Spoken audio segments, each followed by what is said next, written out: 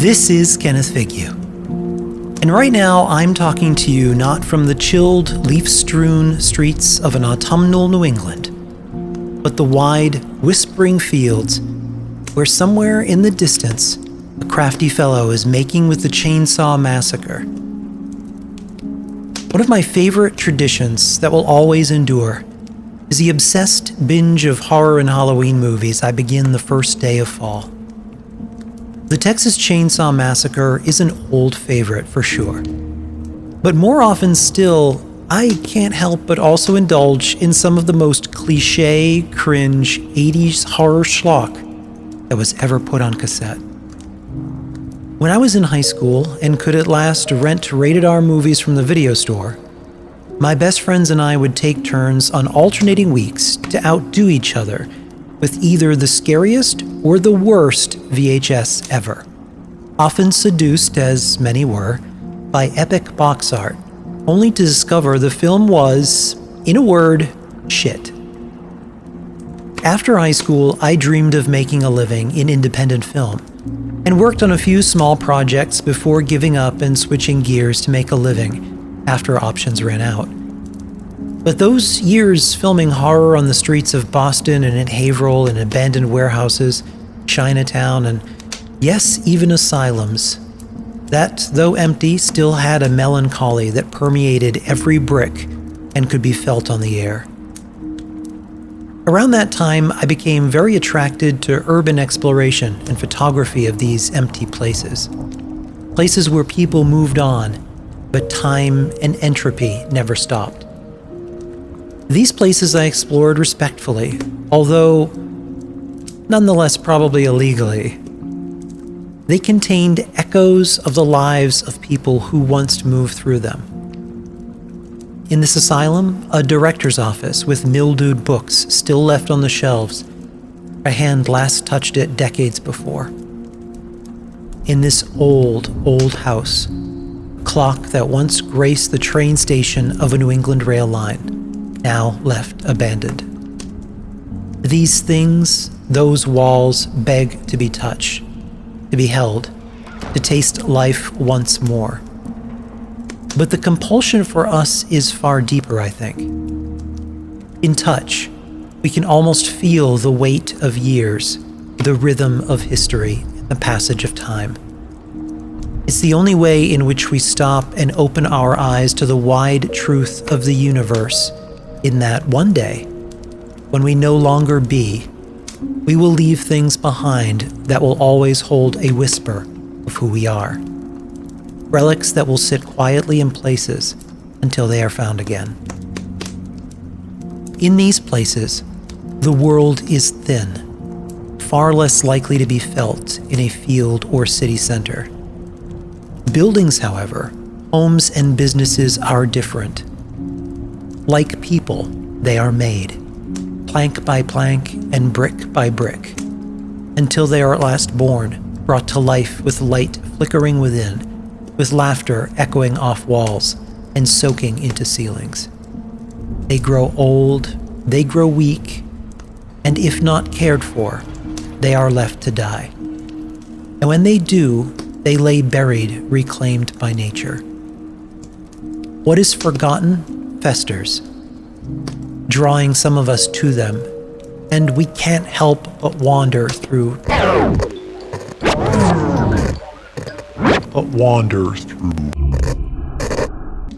What is forgotten festers, drawing some of us to them, and we can't help but wander within, chasing the echo of life, or pondering the inevitable of what is yet to come. At its core, this is what Halloween has always been about. A reminder to treasure the light, the laughter, the people around us, to treasure life and never, ever squander a day. Because behind us, there is always a clock ticking. Something no doubt you've been hearing right here for quite a while now. But I want to peel back the curtain a bit and tell you that what you've been hearing is not a clock at all. Tonight, We're taking a break from the action, the intensity, the horrors of war and high-stakes drama. Our beloved characters weary with the weight of choices made and consequences dealt. Into your vintage 1980s McDonald's Happy Meal pumpkin bucket, I'm dropping this little morsel. Go ahead, unwrap it. And don't worry, it's been checked, perfectly safe. That right there, in unctuous deliciousness, is sweet, dark chocolate, with a little surprise in the middle, something only for adults. The fire-sugary burst of the unexpected surprise of a liquor held within. That little treat was found in a faded pillowcase sack on the side of the road just outside Vault-Tec University. It, unlike the clock or the book, is a relic left behind a long time ago now, an echo of an adventure untold.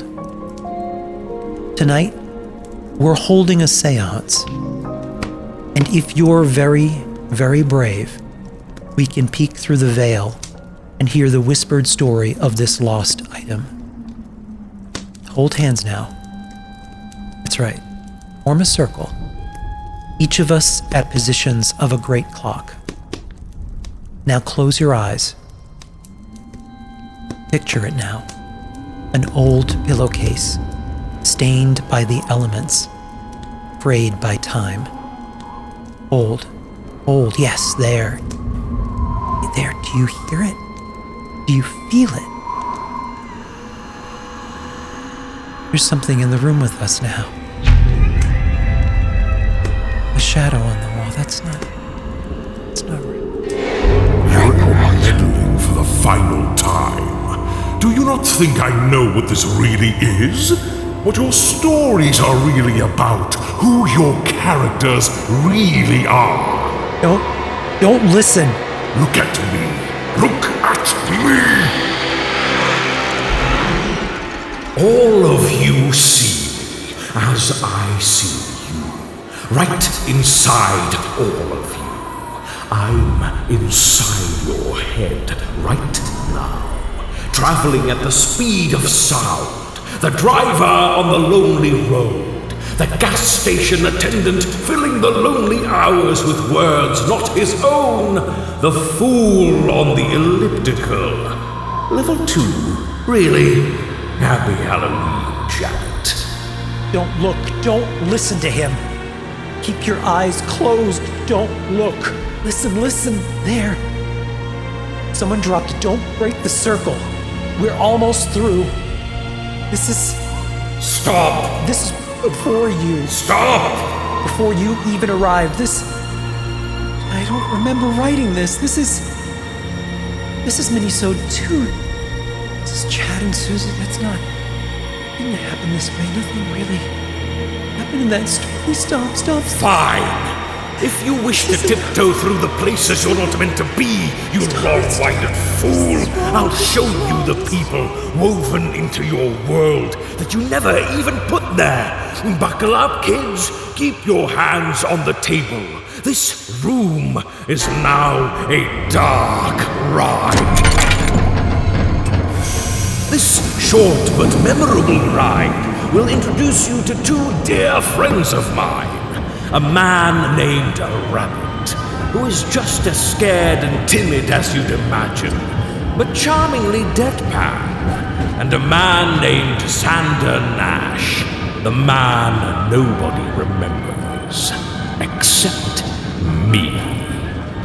And next year, oh boy, will we be having some fun together in a separate set of stories. A spin-off, if you will. In the meanwhile, in we go! Don't scream too loud now, because this tunnel leads to the Halloween where nothing happens.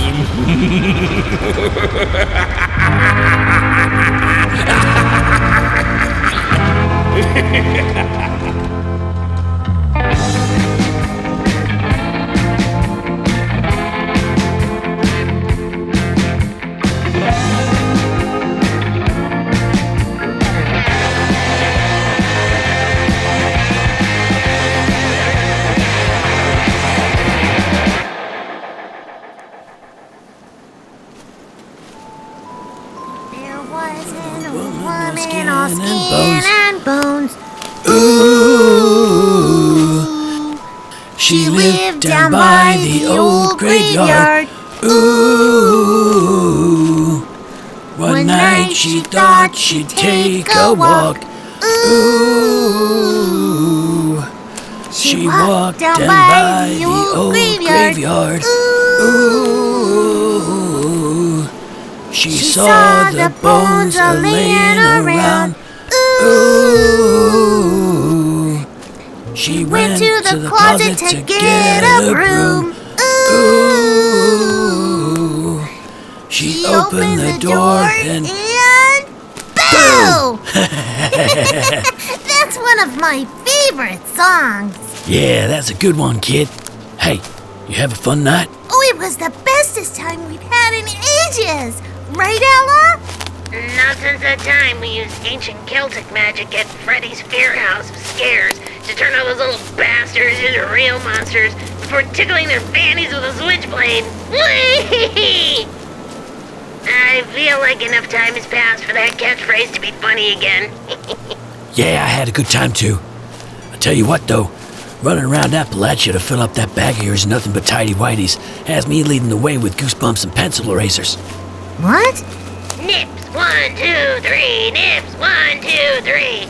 Everyone march! Recreational bloodletting encouraged! Man, I can't wait to get home to a jug of half a gallon of Moose's mulled rat apple cider before passing out in front of the Pip-Boy listening to scary stories. I guess. What flew up your nose, kid? What's with the frown face? Well, this was such a fun night. I just wish it wasn't almost over. I know, but that's what's special about Halloween. It only comes once a year, like Christmas. So you gotta edge milk it so you can get the most out of it, you know? Yeah. Hey, I'll tell you what. Just one more house, okay? Yay! Oh, you mean it? Sure. See that little farmhouse there with the greenhouse? Some numbnuts dweller built a water slide, wasting everyone's water and breaking cannon and shit. Cannon? Yeah, I fired artillery on it, but that thing's built harder than a shit brick house. Let's see if they got any good stuff, and I swear to God, dude, if they put out toothbrushes, we're torching this place. Ooh, look, Ella. They decorated their fun slide with Halloween lights and scary pumpkin lanterns. I'm telling you right now, if you get me wet, I'm going to kill you all in your dreams. I'm not even joking. Going up there, kid. Ring the doorbell or, kick it or something. Okay.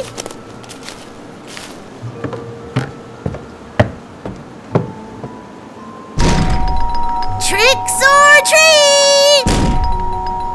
I said tricks or treats! Yeah, they ain't home. Come on, kid. Screw that dude. Let's make a bonfire. Here you go. Now, be real careful, okay? Just like I showed you. Hold it away from me. That's it. Good girl.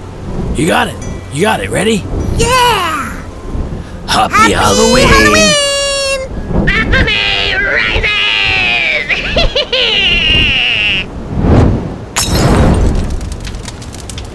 Man, that's some real pretty work. Nice throw, kid. That's a pitching arm. I'm proud of you. Someone's coming. Is it the owner? Can we play Mortician again? Nah, not this time, kid. I'm tired of washing the blood out of your one dress. Oh my god. Fire. Fire! Is anyone in there? I'll grab water from the river. If anyone's in there, get them out. Ah, hell. Okay. Here comes... What's his face? Who's that? One of those uppity dudes from the vault who were 2 levels below us but acted like they were 10 levels above. He ain't much for peopling. Chad? Is anyone in there? No, they left and stuff to find a new place to live. How's it going, mole dude? It's not... well, hello there. Are you okay? Uh-huh.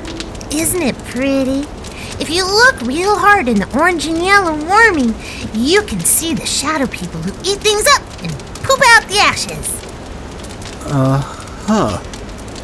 My name is Rabbit. Ooh, like the fluffy.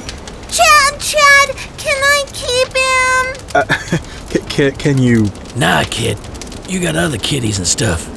My name is Susie, and this is Ella. 1, 2, buckle my shoe. 3, 4, your mom's a whore. Well, isn't she? Vulgar.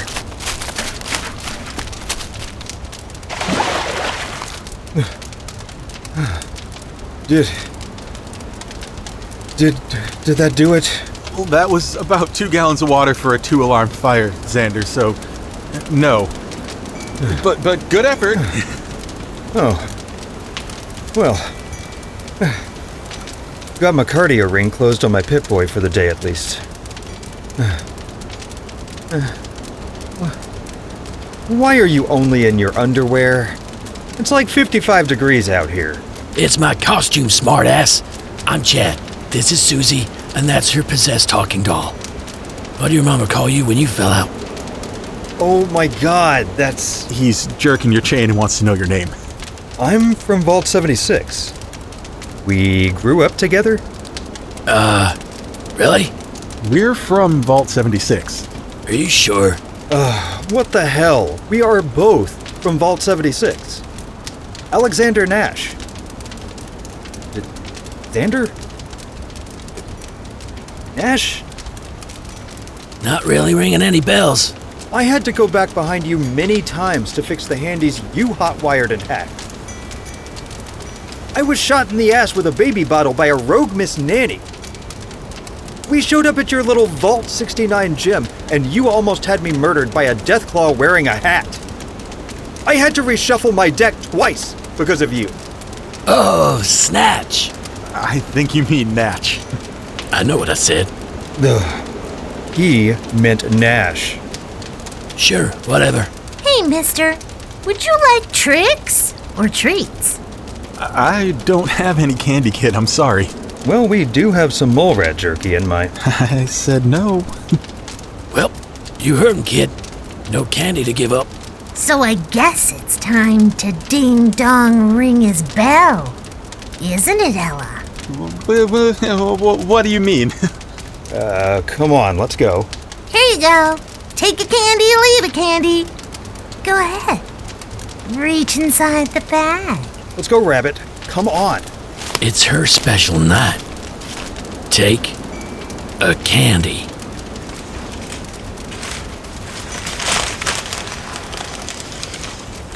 Oh, it's a gumdrop. It's it's just a gumdrop. Happy Halloween! Oh, thank you. You gave me a scare there. Little pellets back there. No wonder they call you Rabbit. Yeah. Oh, it's liquid filled. This is pumpkin spice? We made it ourselves with creamy chocolate and a little pumpkin and sugar. Yeah, it's a little Are you all right? What's wrong? Rabbit! And a Braxo. A Braxo? Cool your tits, bro. It's not like it matters. No Dio, no bueno. And some no-touch mushrooms. And... You poisoned me! Get away from me! Ow! My candy! Oh my God! Are you okay? I'm sorry. I didn't mean to. You done fucked up, boyo. Let's make his head a jack-o'-lantern. Run! Come on! That was a big ass fatal mistake, bro. I can't. I get you. I'll skin you 2 sons of bitches alive. You and that. What's his face? No one makes the kid cry. Come on! Breathe. What the hell do you think I'm trying to do?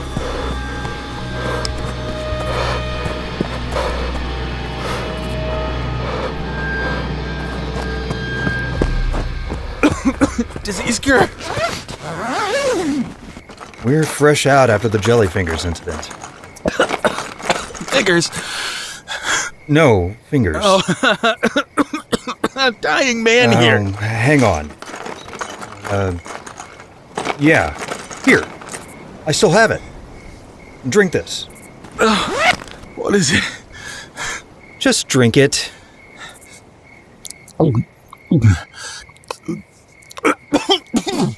Oh, what the hell is this? Activated charcoal from camp.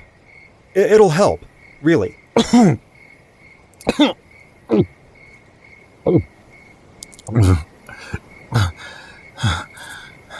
Is that better? Yeah. Yeah, I think so. Chad! Oh, that's not it. It's a horse and carriage. No, it's a hearse. It's an honest-to-God horse-drawn hearse. What the hell? Get down! Out of the road!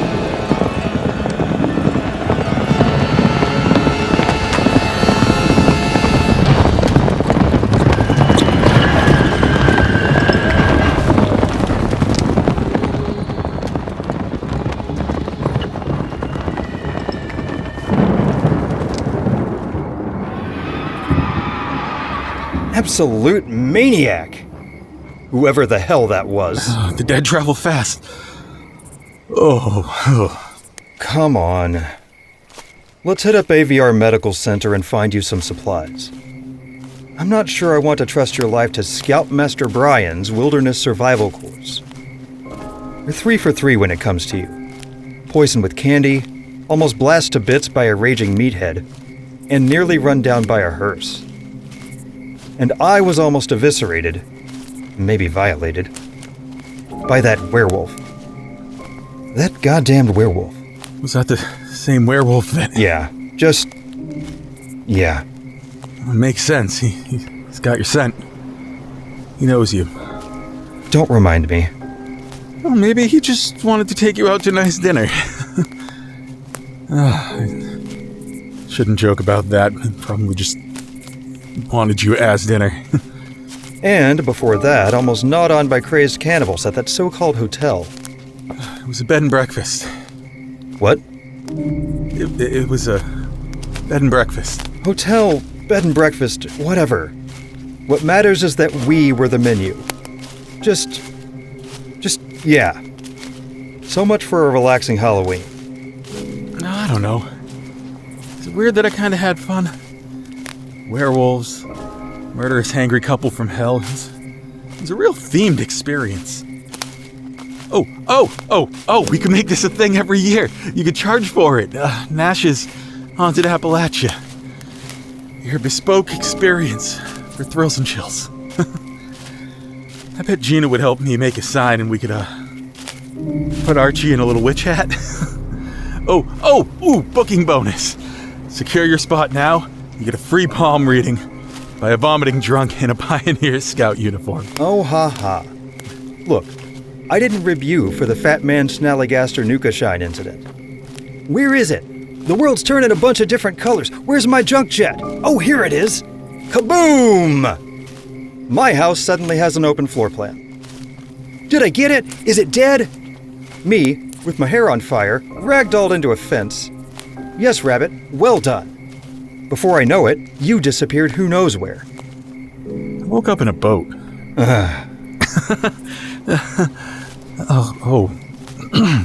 What? Cemetery. Don't laugh. Why? It's an old superstition. Don't laugh in whatever you do. Never dance on a grave. I'd say hold your breath too, but it's a little late for that now. Should I burn some sage? Throw some salt? Honestly, Rabbit, sometimes I... Rabbit? Oh my god! Rabbit! So much for the charcoal. Hey, hang on! Damn it, let me... Just let me think. Hey, been through this before. Just, I'll see what's on sale. No, damn it! We should have just minded our own business. This always happens. If we just would have kept walking. Stop. It's my fault. Stop. Ash. It's fine. Just wait for me to respawn. Just stay right here. But I'll be alone again. I'll be right back. Nash. Friend promise. Friend promise. Goddamn. Brian.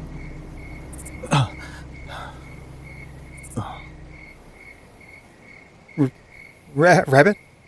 Rabbit! Okay.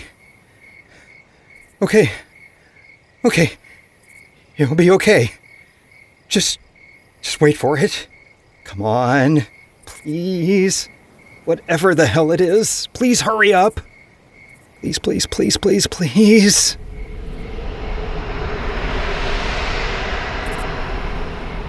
Oh, okay. Good.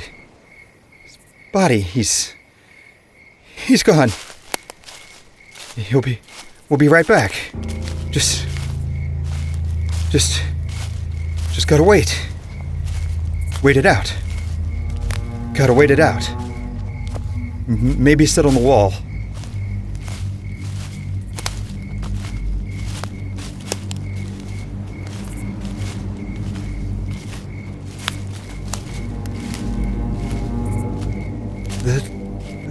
That way he can see me from the road.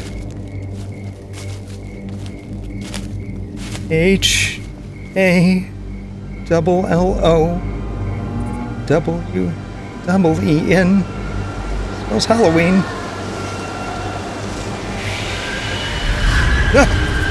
What the...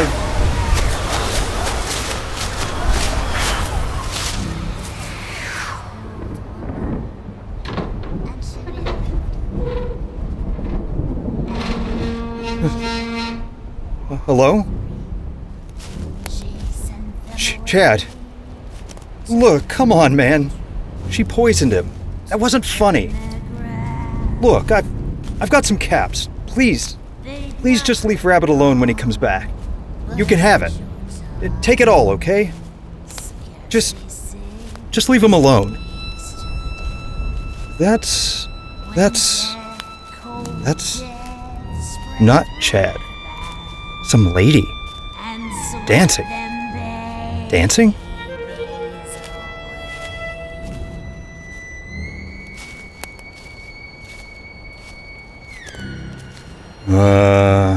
Hello?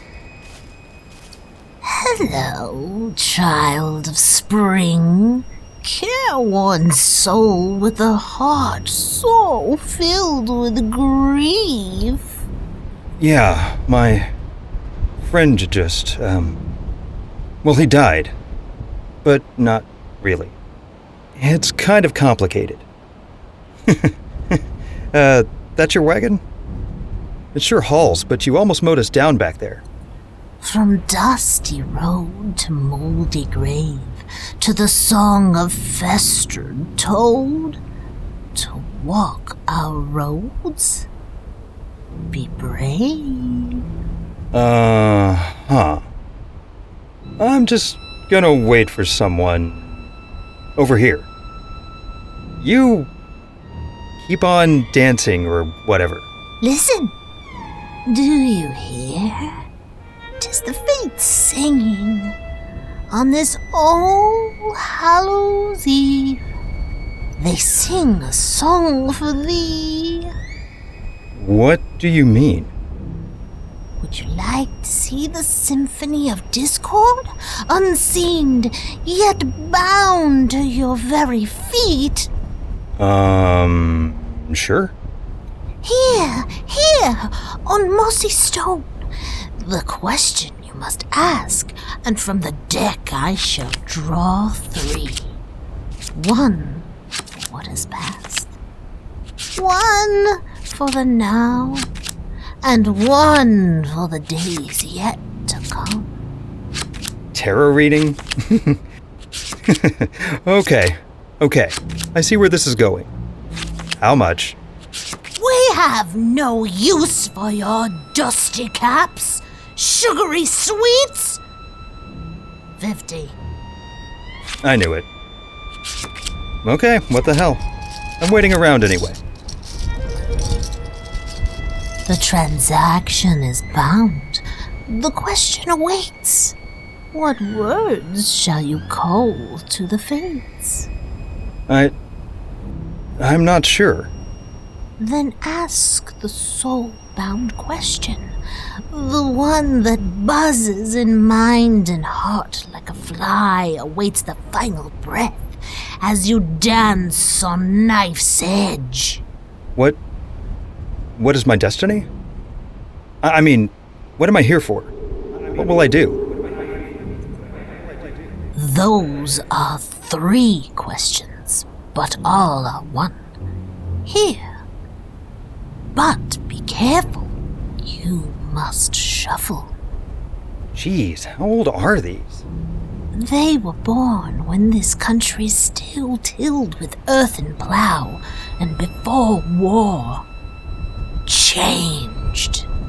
Now, close thine eyes and silence the mind. Feel the gods. Move them well, and truth you seek, you shall find.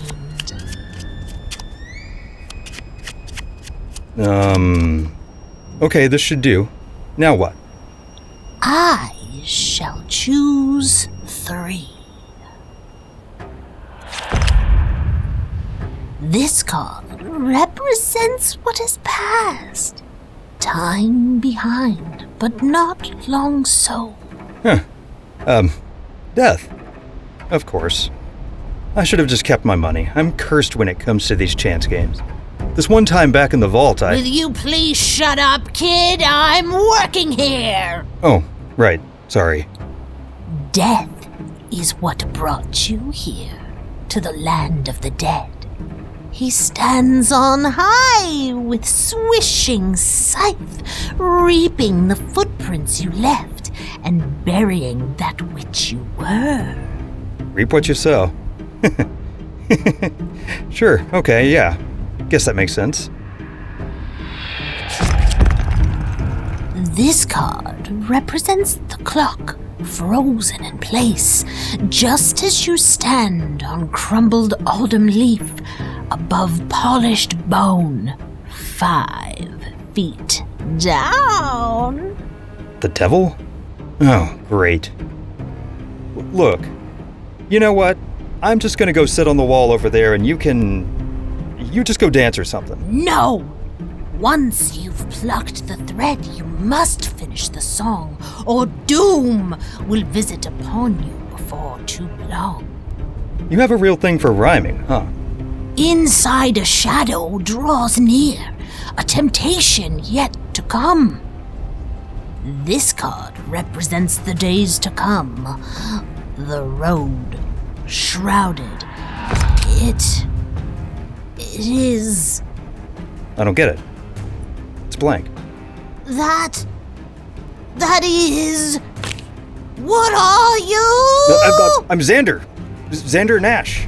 The gods never lie, have never lied. I see all. Get off I me! See it all. Get off me, you were crazy mine. bitch! This was my game, mine. What are you? You cannot be. You cannot be.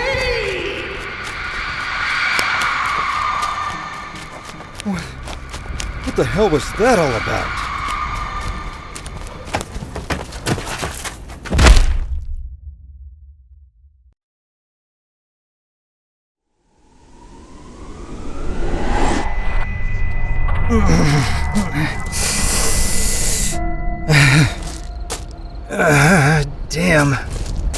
Damn it, my head.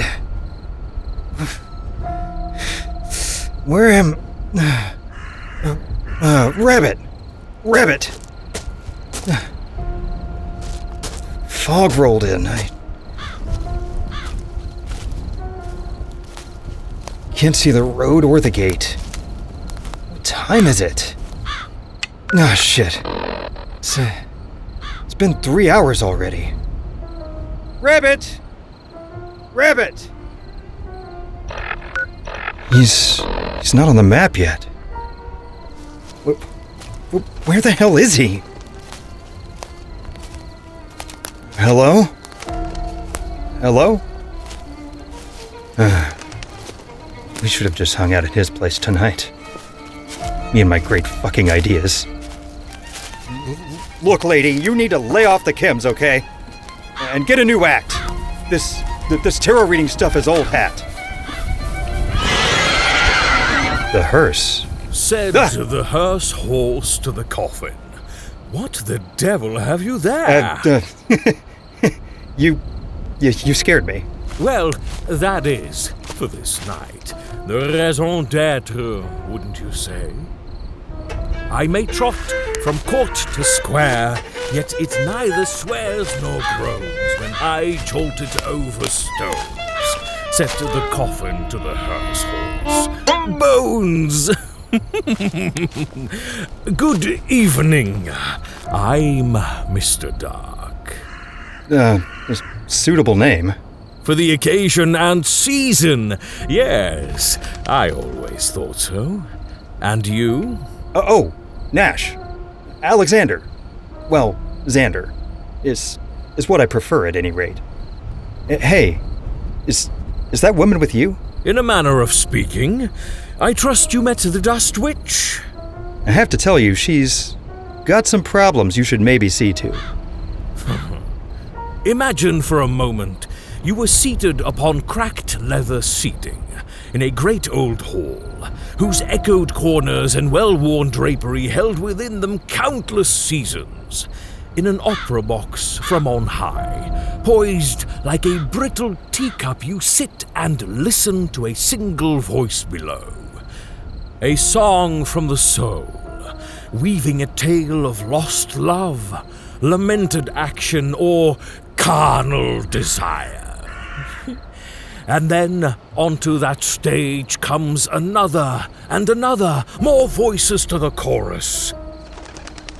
A discordant cacophony of needs, desires, wants, hates, sorrows, and endless din pounding your senses as you sit ageless and forever fixed in a single moment of time.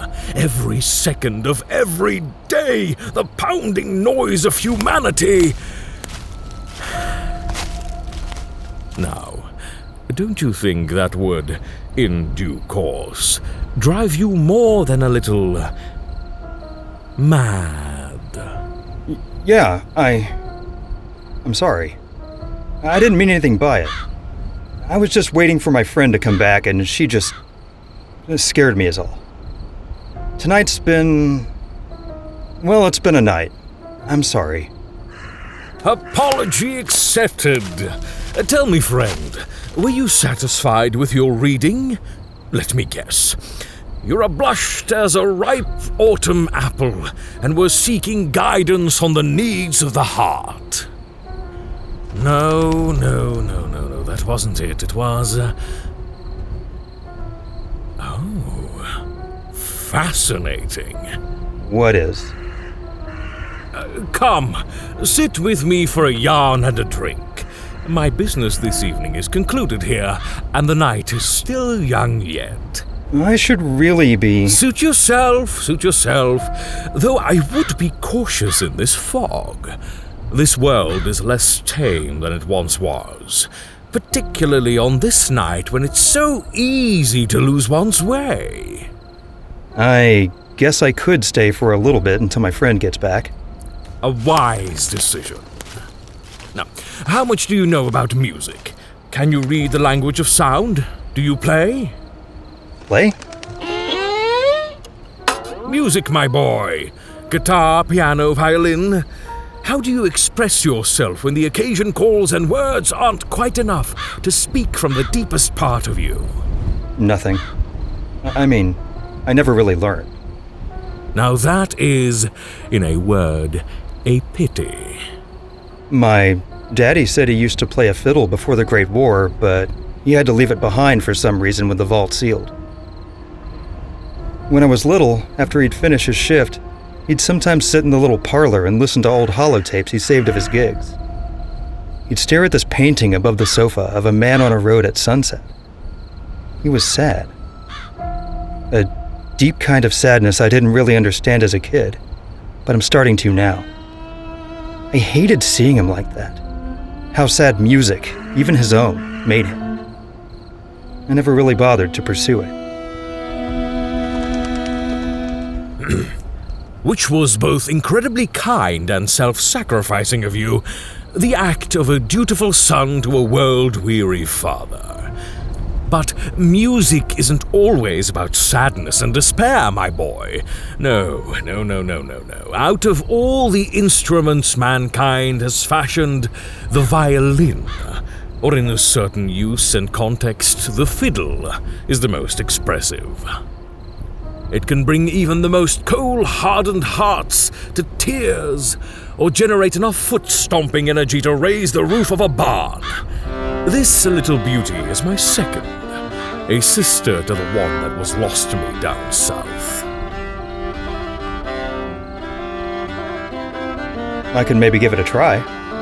Do you have another I could try to play with you? I do not play with or against others anymore. Never again.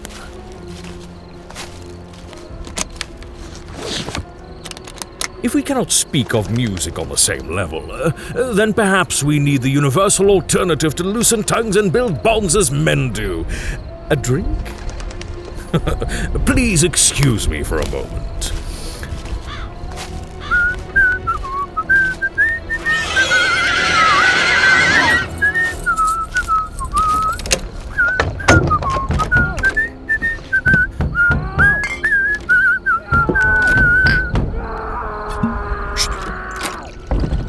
Any Nuka-Cola in there?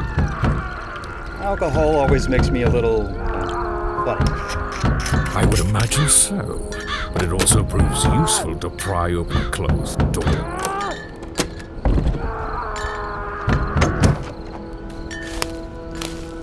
Soda pop? A rather bland and perhaps obvious choice. What? Yes. Here. Now, here is something more worthy of the evening and occasion on this All Hallows Eve. What is that? A very, very old friend. In this vault of yours, did you study medicine? The human anatomy? Yeah, of course. Excellent. So, you understand that reality as you understand it is largely a construct of the mind itself. This blessed night, this gloomy cemetery from a non-subjective viewpoint is not reality. You're seeing and experiencing a story created for you by your mind. It can process 11 million bits of information every second, something those marvelous boys at Ropco put to good use. Well, yeah. The conscious brain can only handle up to 50 bits of information per second. And so we have a quandary. What if you could perceive more than that? The dark ocean of all that you drink in through 5 senses, and your brain tosses it right into the bin. In some instances, people do. But they go a little... mad? Yeah. I've traveled far in my time. Farther than most, and I bottled this little beauty when I bore the name of an ordinary man. But a doctor just the same. This, my boy, is Van Gogh's muse and bane. The drink which fueled countless poets and artists, madmen and fools.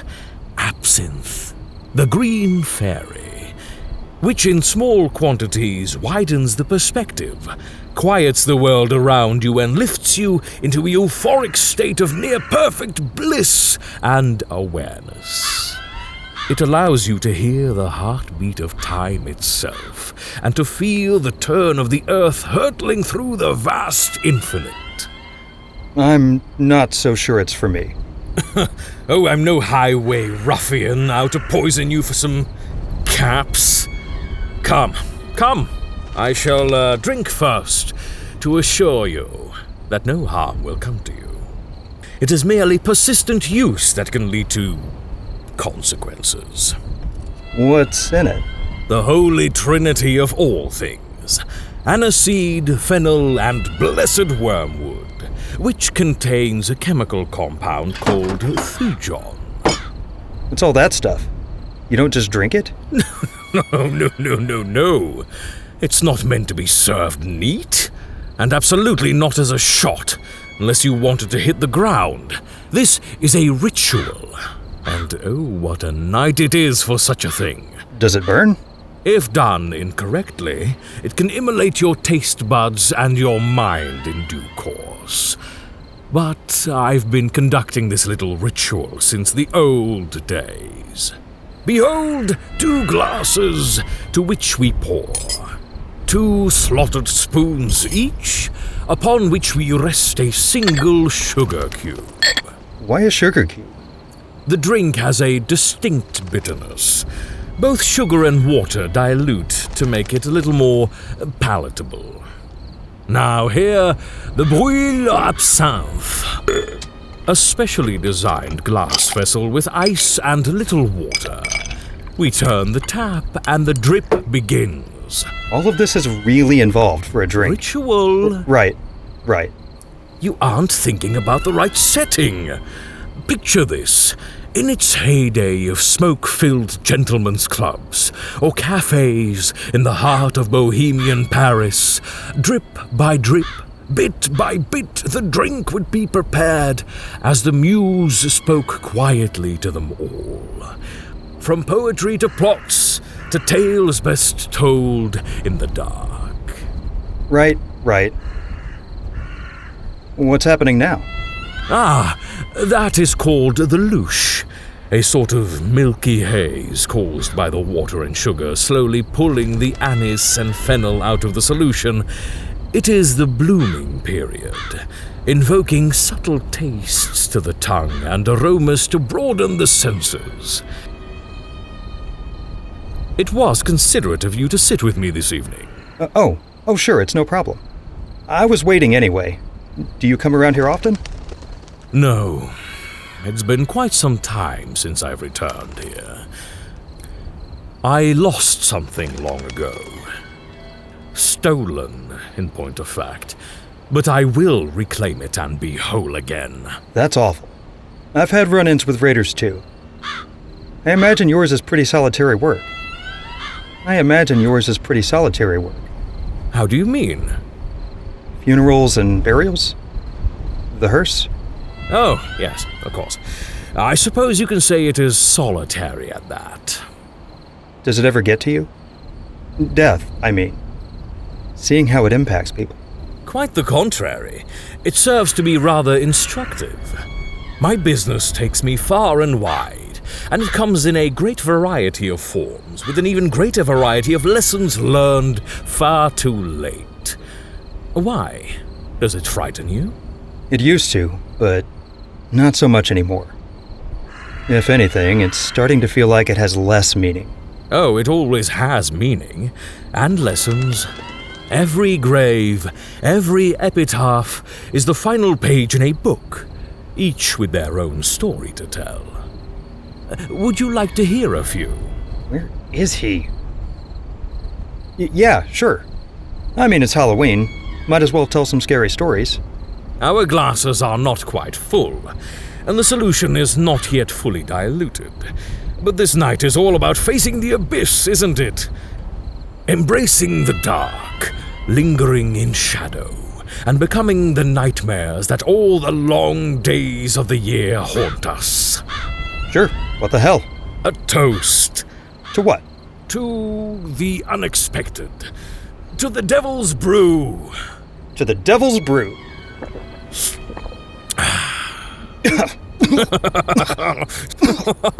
Stout heart now, boy. Don't forget to breathe. Oh, dear Lord. That's like drinking gasoline.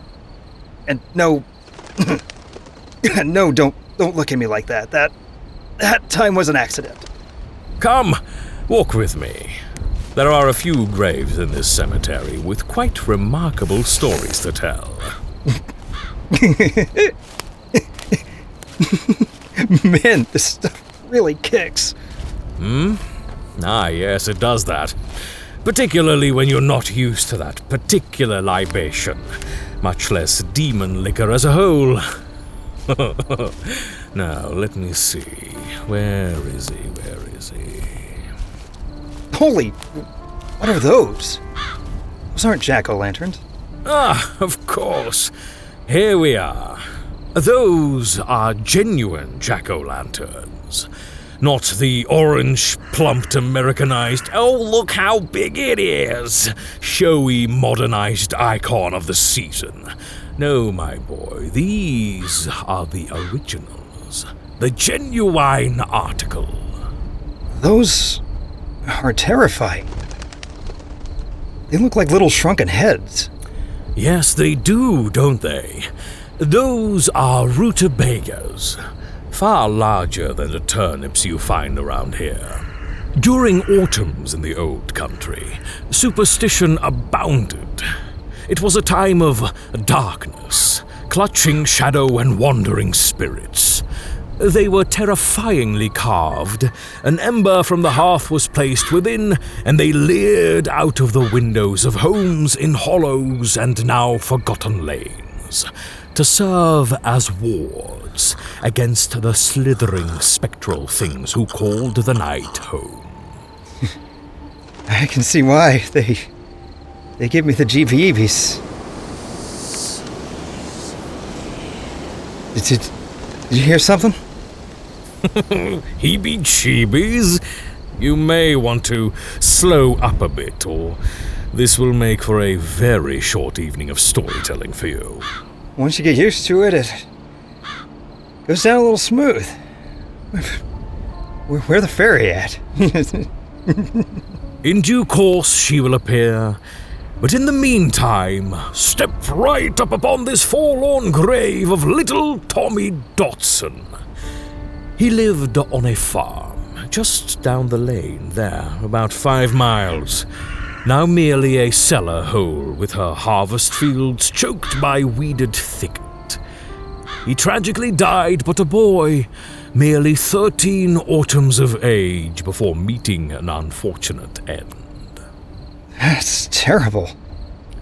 It is lamentable, yes, but he is not lain here alone, thankfully, for this gravesite was paid for in 3, anticipation of the end of a family who had hoped to take the long rest together in due course. Upon this slab of granite are 3 jack-o'-lantern souls, flickering in the wind, all that remains of what they once were. Just under your foot there lays the ravaged corpse of his mother, Jane. Oh God. I'm sorry, lady. Shoot. Spilled a little of my drink on me. It would be weeks before the coroner was able to find all of the pieces of her, and while horrifying in the extreme, far more horrifying is the fate of the one missing family member not interned below. Who was it? That of this grim, screaming jack-o'-lantern right here. Meet the good farmer Albert Matthew Dotson. He was what you Americans call a good, hard-working, God-fearing man, piss and vinegar guts and get off my lawn. That was the face he wore in public, of course. But in private, he was truly a beautiful piece of work, who masked his darker impulses well, hiding behind the good book and neighborly deeds. He cast his fate by his own actions, with little Tommy and Jane, who merely the tragic collateral to his hatred. Well, what happened to them? I am so glad that you asked. The case was a curious one. never fully explained to anyone's satisfaction, but I shall relate the facts as I know them. On the morning of November 1st, after not showing up for the farmer's market as was custom and expectation, a neighbor grew concerned. After attempting several phone calls, the man drove over to the Dotson farm around 9:30 a.m. As he drew near, he noticed the last traces of black smoke drifting up above the tree line. As he rounded the top of the drive and the house came into view, he was startled to see that the L of the house where the kitchen had been now was a burned-out shell, charred and still red-embered. As he later told the police and newspapers, he exited his truck calling out to Albert, Jane, or even little Tommy. The smoking hulk of the former family kitchen was still too warm to draw near, so he circled around to the front of the house, ascended the wide porch, and attempted to enter. He found the door blocked by something. Moving to the front parlor window, he cupped his hands and looked inside, his breath catching in his lungs. The interior of the little room looked as if a hurricane had torn through. Furniture toppled, cushions shredded, leaving a snow-like cover of feathers across the hearth of the fireplace. In the center of the room had been a large braided carpet created by Mrs. Dotson for the 68th State Fair. And while Mr. Dotson always referred to it as that old thing, it had nonetheless been the last flicker of independence from him after she smirkingly took home the first place ribbon. A smirk that she paid for tenfold later that evening, after Mr. Dotson finished off a case of old possum. That carpet, upon which furniture had been cornered delicately and well balanced, was now shredded and torn. Braided bands frayed outward from a great hole now in its center. As the neighbor looked downward, he reported seeing a hole some 4 feet wide. The floorboards buckled and cast to the side, as if something had come from below, forcing its way upward into the house. Old man Dotson's temper, despite his appearances, was well known. And though no one said so to her face, the bruises upon Mrs. Dotson and eventually on little Tommy spoke greater volumes. Fearing the worst and assuming at last that Mr. Dotson had given the last of his immortal soul over to the demon liquor, the neighbor made the hasty decision to force his way into the house. Removing his shirt and wrapping it around his hand, he swung back to swing at the parlor window when he stopped, cold terror washing over him. To the right, on the parquet floor of the hallway, was a toppled sewing basket, and upon it was a ragged and bloodied arm. One arm. 3 remaining fingers, tipped with chipped red number 5 nail polish. Oh my god, that's... He killed her? The Dodge...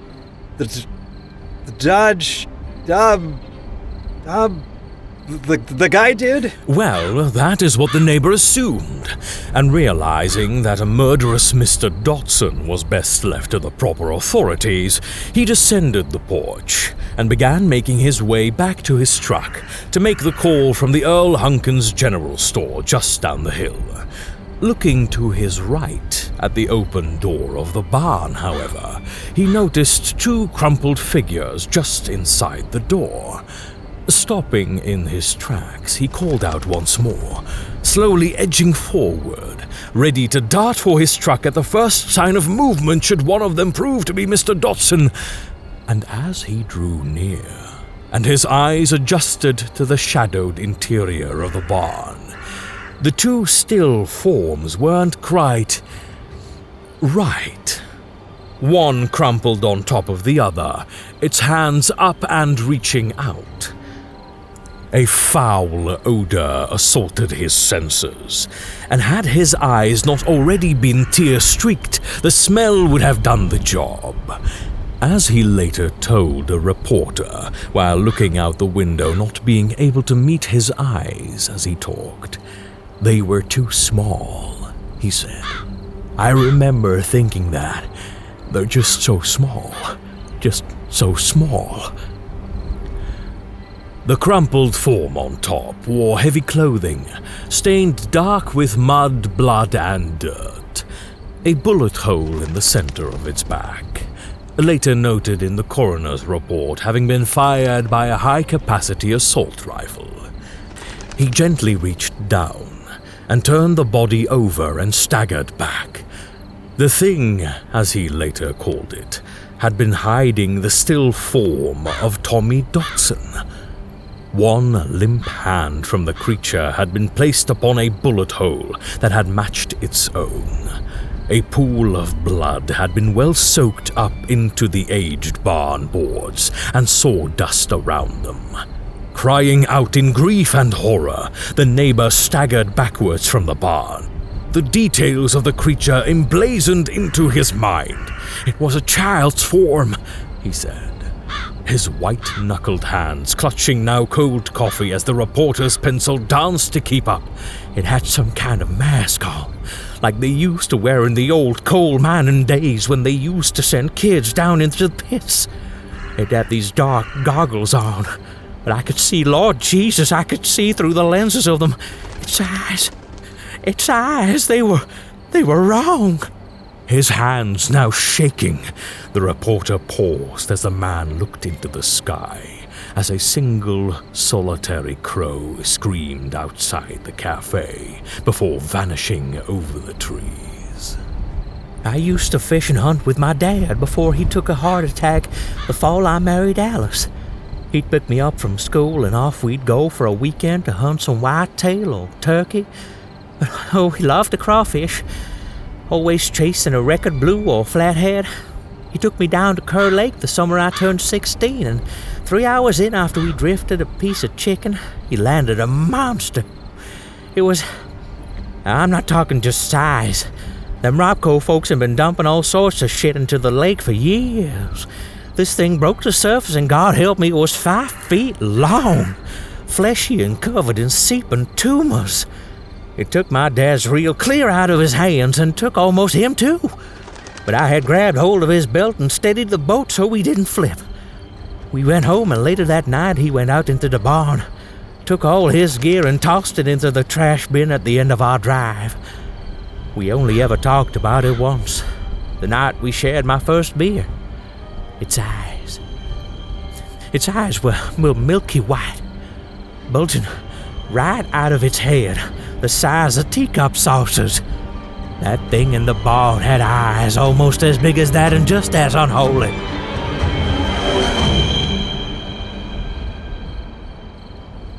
What the actual fuck?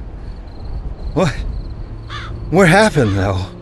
From what the coroner's inquest later determined, the fatal bullet had been fired from just outside the barn, somewhere between 7 p.m. and 7:30 p.m. on the evening of Halloween. It was fired at close range into the back of the creature and clean on through into little Tommy Dotson, who had died instantly. The creature, however, had lived a short while, clearly trying to stop the bleeding from the boy's chest as its own life ebbed away. While Mr. Dotson was nowhere to be found, the weapon was. It was located approximately 200 yards to the northeast, with a jammed bullet still in its chamber. The bullet dug out of the barn beam by ballistics was a perfect match, and it became clear that indeed it had been Mr. Dotson who fired the fatal shot, but more likely that his son had been an unintended consequence. The events that transpired between 7:30 p.m. and 10:16 p.m. were unclear. However, it was known that an improvised incendiary device had gone off in the kitchen, so determined by the damaged Nuka-Cola clock found near the clothesline that had been blown free from the house. The coroner determined that Mrs. Dotson had already been dead at this point, sometime between the incident in the barn and the explosion in the kitchen. It took time to find enough of her to hold a closed casket funeral. But whatever had ravaged her had started in the parlor. In the basement below, a section of the earthen floor had caved way into a tunnel that went straight down about 20 feet before opening into a foul-smelling antechamber, believed to be part of the forgotten coal mine underneath. Local police and cave explorers attempted to explore the tunnels to determine from where whatever it was had come from. The area, however, proved to be unstable, and further exploration was called off after a tunnel partially collapsed. And for Mr. Dotson, well, there wasn't a single trace of him. No credit card was ever used. Their money sat in the bank. Train stations, airports, highway patrols, all would know the face of this monster of a man. But none of them ever reported seeing him at all after that fateful night. No trace, except one. A local pioneer scout troop some 6 months later were hiking 10 miles to the south, passing the entrance to a boarded-off mine shaft, when one of them noticed a pile of bloodied clothes. After the police were called to investigate, the wallet identified them to have belonged to a certain Mr. Dotson. He was eaten or something? Or something. One final note in this grim Halloween mystery is this. The following year, the squabbling relatives at last decided to sell the property to a developer after being unable to find a buyer who would even dare to go near that place. As the barn was being cleared out for auction, a small hidden room was discovered up in the hayloft that very clearly belonged to Tommy Dotson. Amongst Grognak comic books, crayons, old crusty plates with food still clinging to it was a small diary, made by hand from columned paper, yarn, and construction paper. In it told the story of a lonely boy who wished into the well every day for a friend. One day, a friend came, up from the earth, but Daddy must never find out. Never, ever find out. Oh God, he... Yes, it never was fully explained to anyone's satisfaction, but as for me, I think the innocence of a small boy made friends with a monster that Halloween night. But in truth, the real monster was just outside the door. You know, in the mining days, they did indeed use children down in those dark pits, forced into a life of toil and servitude by the gluttonous overlords who did as they always do, see Appalachia and its simple folk as opportunity. At the front of the line, when one child fell, they brought forth another. The God-fearing farmer, Mr. Dotson, took 2 innocents that night, and I believe he found himself a new vocation as the price, one in which he will be toiling for a long, long time far away from the light of day. If I can instill one powerful lesson into you, based on a long history of observation on the weakness of man, it is this. Acts of hate are always paid back with interest. Sorry.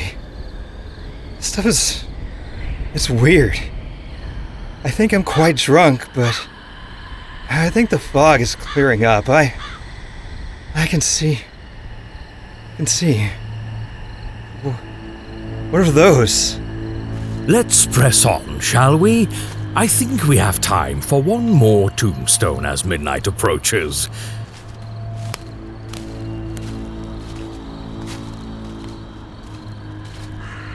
Are you a God-fearing man, Xander? Me? No, I don't think so. I mean, I never thought much about it. These days, people worship everything from the Almighty to radiation, and what I'm fairly certain is an 8-foot-tall giant moth. The thing ended until it didn't.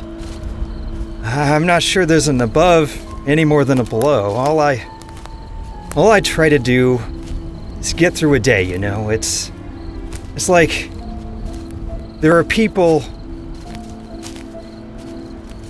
who are so far up their own ass thinking they're right when really they're just hypocrites. Good people aren't all about reaching up. Reach out. On the other end, you have people who just punch down, and in the end, they always end up on the bottom one way or another. I just try to stay out of things. So you toe the line. Try and live a balanced life. Interesting. Ah, splendid. Here it is. Oh, geez. That's... Yes, isn't it just? This rutabaga would have certainly taken home the blue ribbon. But there's a little surprise just inside this leering, screaming face. Go ahead, look. It's quite safe, I assure you. Look. Before you do, no sipping this time. One final drink. Down the hatch. I'm getting kinda... Drink it, my friend. Bottoms up. As our time almost is. Ooh. That burns. Hey, there's that... It's a weird sort of glowy haze around us. Who is... Never mind them, Alexander. Now, look. There's another little jack-o'-lantern one inside. A little glowing turnip. It's amazing. How did they do that? A deft hand. One flickering soul inside another. Which is the perfect metaphor for the terminus of the man whose name is etched on this stone. And yet, to the curious grave robbers who prize this tombstone above all others here, there is something unique about it. Do you see? Do you see? There's no date of death, but he died. Oh, very much so. And if there's one word you can trust on matters of finality, it's the undertaker.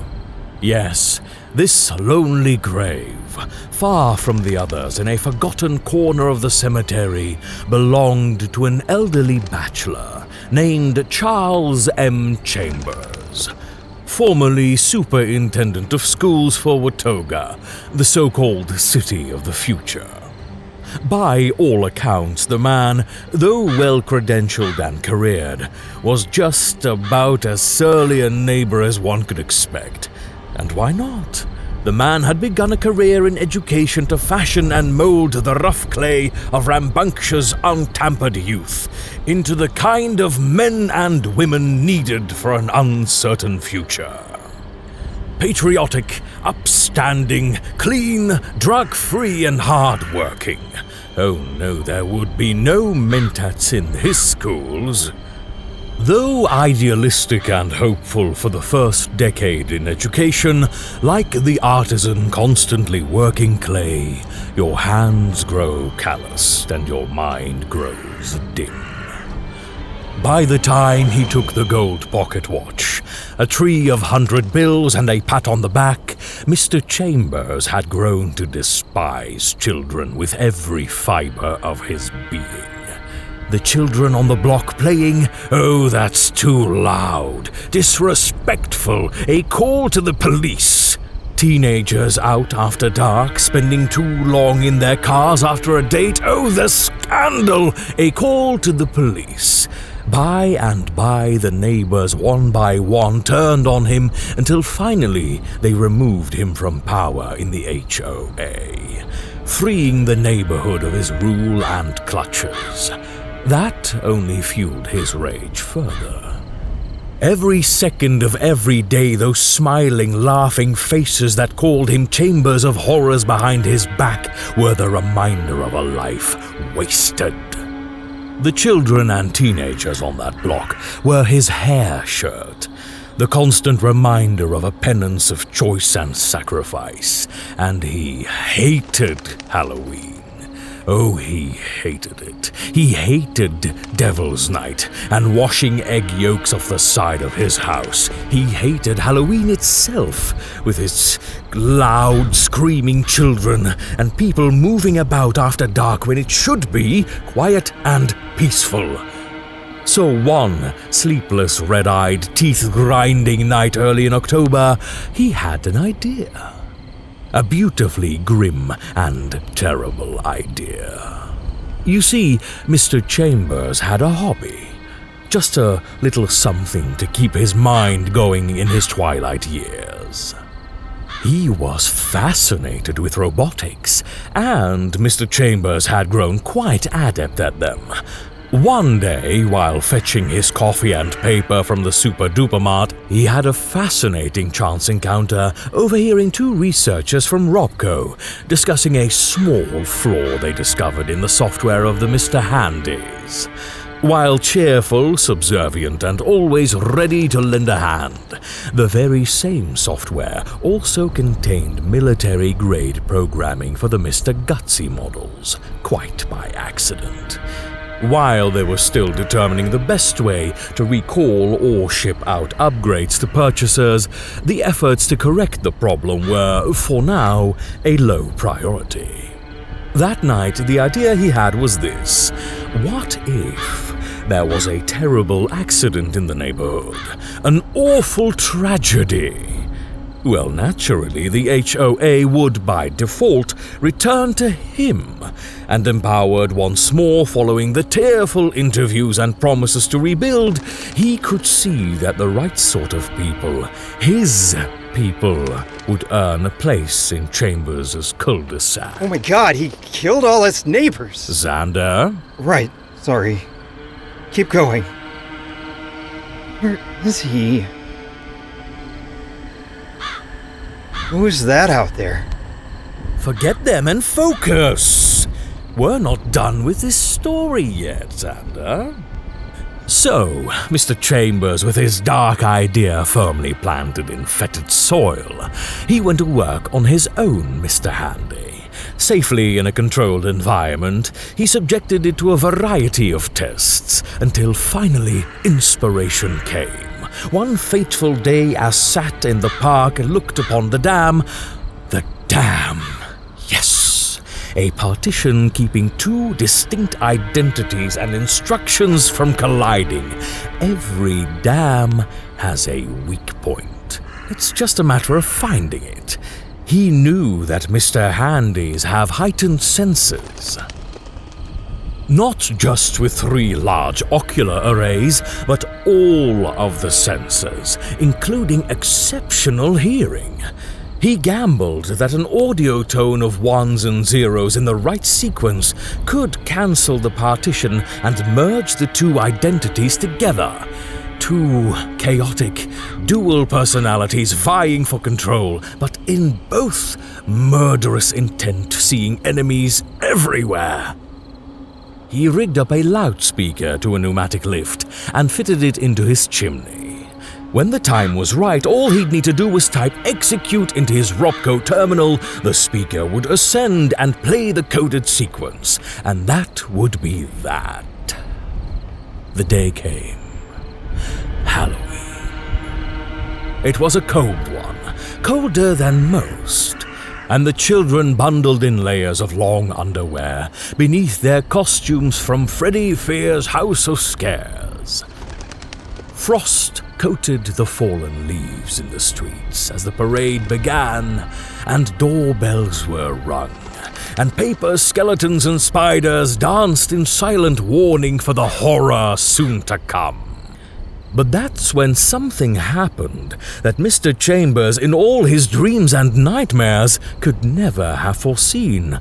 His doorbell rang. Who was it? Who is it? Was more the question, asked by him to a darkened porch.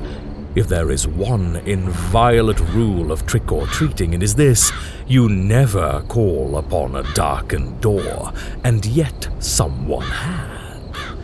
The doorbell rang again, this time more insistently. And so, not mere minutes from his great triumph, he opened the door and looked down.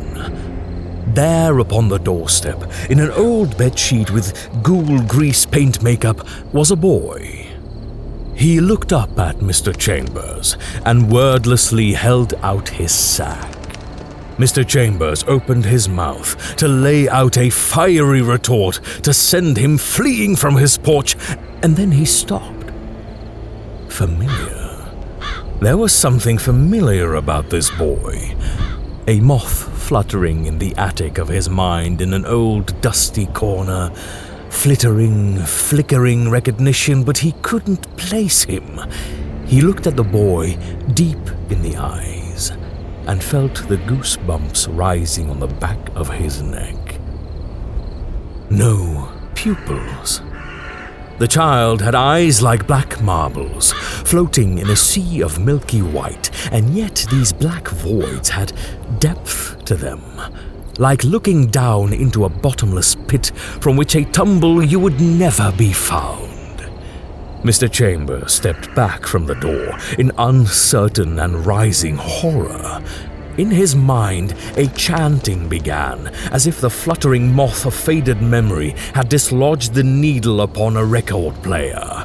Crackling static, a chorus of school children. Every naughty detention-desked student began to chant. No pupils for Mr. Chambers. No pupils at the school. No treats upon this Halloween, but tricks for the fool. With each step backward he took, the boy ghoul took a step forward, now crossing the threshold. His threshold. The child was in his house. His house. That won't do. Though his lips didn't move, the boy's eyes, unblinking, said all he needed to hear. Finding his courage and adrenaline, Mr. Chambers turned to run, getting as far as the kitchen, slamming it shut behind him with a bang. Hurrying to the drawer, he tore it open, searching for something, anything. The knives. The knives were all gone. Where had he put them? A rapid succession of meaty noises could be heard outside as the blades flew out of the dark and into the side of the house just below the kitchen window where he stood, terror rising in his throat with a coppery burn. He ran to the back door, opened it, and tumbled down the stairs, winding himself for a moment. Old bones screaming out in arthritic pain. He looked up as the boy marched forward down the stairs, ringed by the kitchen light like an angel of the Old Testament, its eyes somehow darker than the night itself, still holding its bag out before it. Mr. Chambers rose, screaming for help, circling round the house to the front yard. Within sight was the welcoming pool of lights from the street and children smiling, laughing, and carrying on in the thrill of the night. He almost reached his gate when the old pillow sack carried by the child swirled out of the darkness, wrapped itself around his neck in a flash, clotheslining him to the ground. Choking and sputtering as he lay on his back, the pillowcase thing began dragging him back across the lawn like an obscene caterpillar. His vision now upside down, his tongue lolling and eyes bulging, he found himself looking up at the face of the child as it drew near. Its eyes, its horrible eyes of silent judgment were fixed upon him, and that familiar face, The moth in his mind gently tapped a shade, and the attic of his mind was filled with moonlight, illuminating all. He knew that face. He feared that face with good reason. He remembered the grease paint, the ragged bedsheet cut with scissors. He remembered it all. That face was in every old photo album that lay in boxes in his basement. It was the boy he had murdered, buried in a place no one would ever find him, and yet when he'd visit that spot, he'd hear him pounding to be left out. Buried alive, 5 feet deep. The boy's expressionless face reacted for the first time as he nodded and opened his mouth wide, those black orbs rolling back in his head as the oily blackness they contained spilled forward, coating its throat. Mr. Chambers began to scream, but between the Halloween scares, holotapes blasting in front windows, and children chasing each other with flashlights, no one heard him. And even if they did, they never would have understood, because as it, he found himself hauled forward into its horrible maw. Mr. Chambers screamed loudly that he was eating himself alive. It was him? It was the part of him that he chose to kill. But you can't, metaphorically speaking of course, kill yourself. Everyone on this earth is a walking graveyard of buried shells that they've shed. If you had to face the judgment of a younger you, denied voice, freedom, and control, what do you think it would do, eh? In Mr. Chambers' case, a long-forgotten boy whose eyes that had been filled with wonder were now filled with rage and revenge.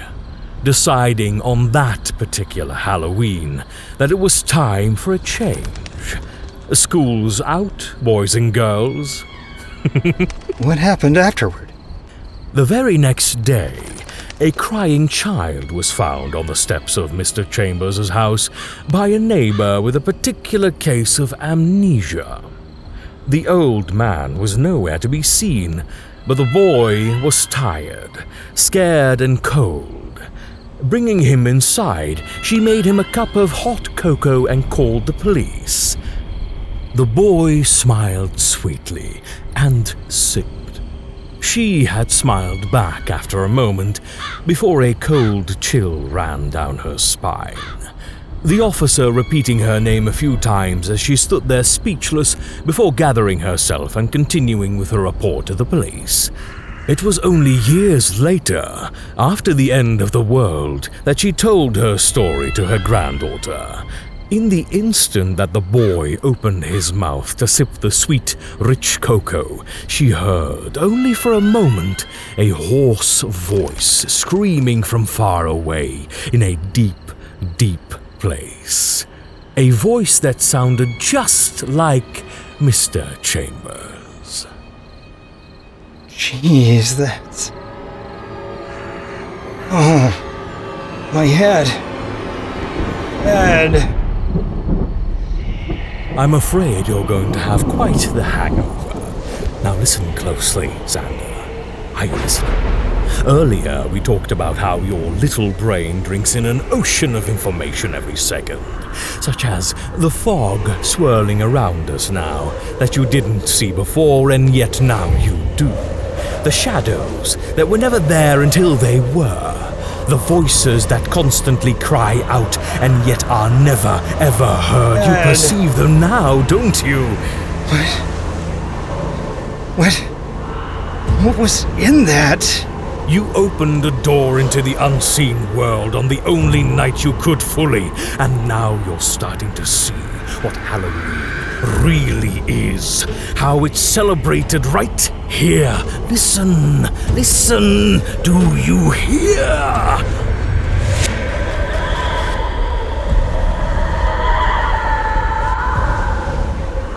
What is that? The dance of the damned. Can you hear them? The pounding fists upon mouldy coffin lids. They're all down there still. And oh, look, Xander, look at how they dance. The wandering ghouls denied concentrated ground to lay below.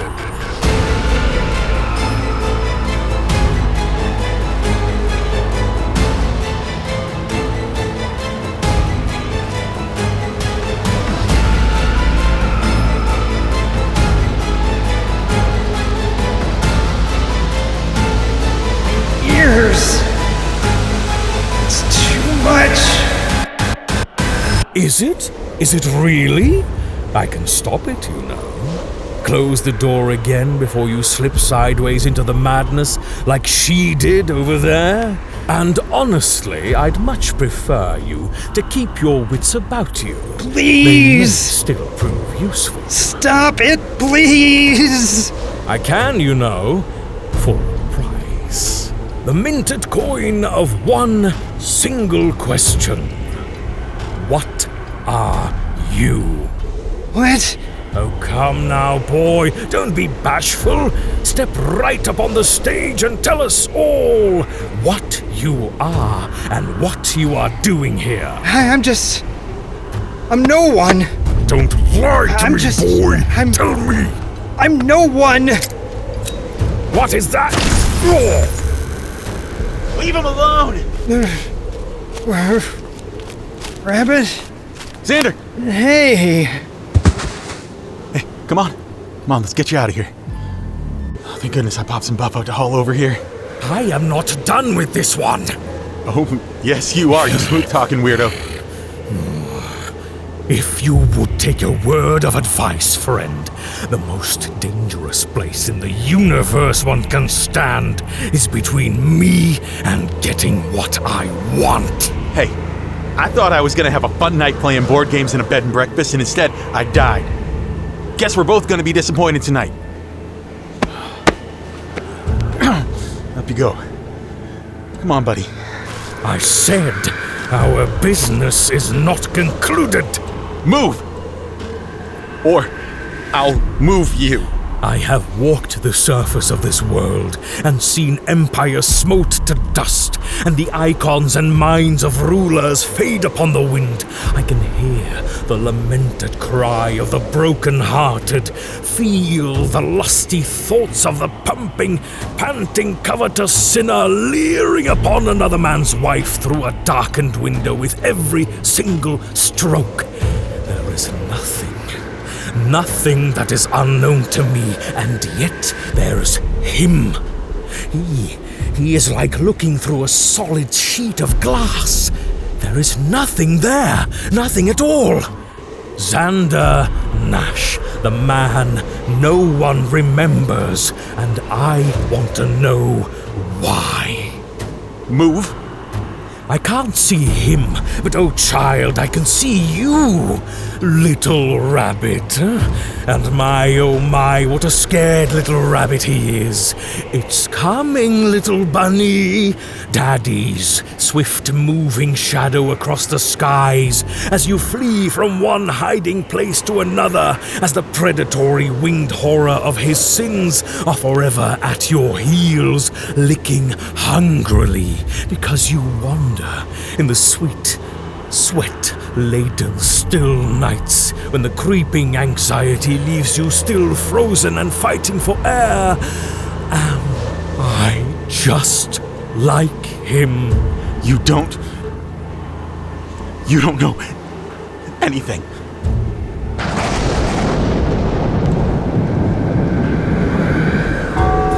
The storm. No, not now. Run then, run, little rabbit. But remember this, there is always a Halloween. And I leave you with Daddy's shadows lurking in the sky above. Can you feel it? Drawing near. It's making its descent now. The jub-jub bird with claws that catch. Do you hear it, rabbit? Scamper along now. It's just there, behind the plump, ripe moon. And here for you, especially a parting gift. The screaming shadows of the dance macabre.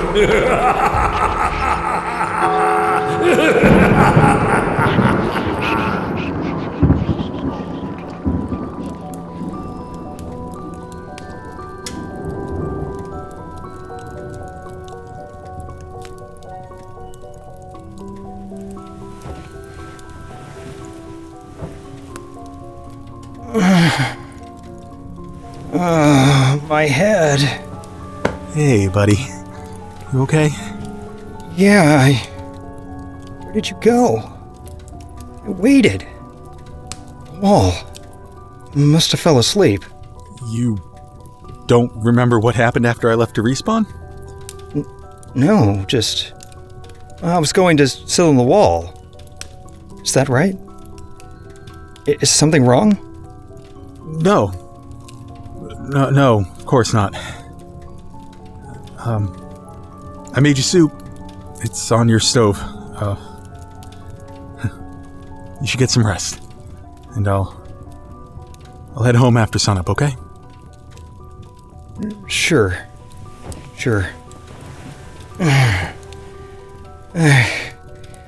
It's like I have a hangover. Rabbit? Yeah? Thanks for taking care of me. Sure. Get some sleep.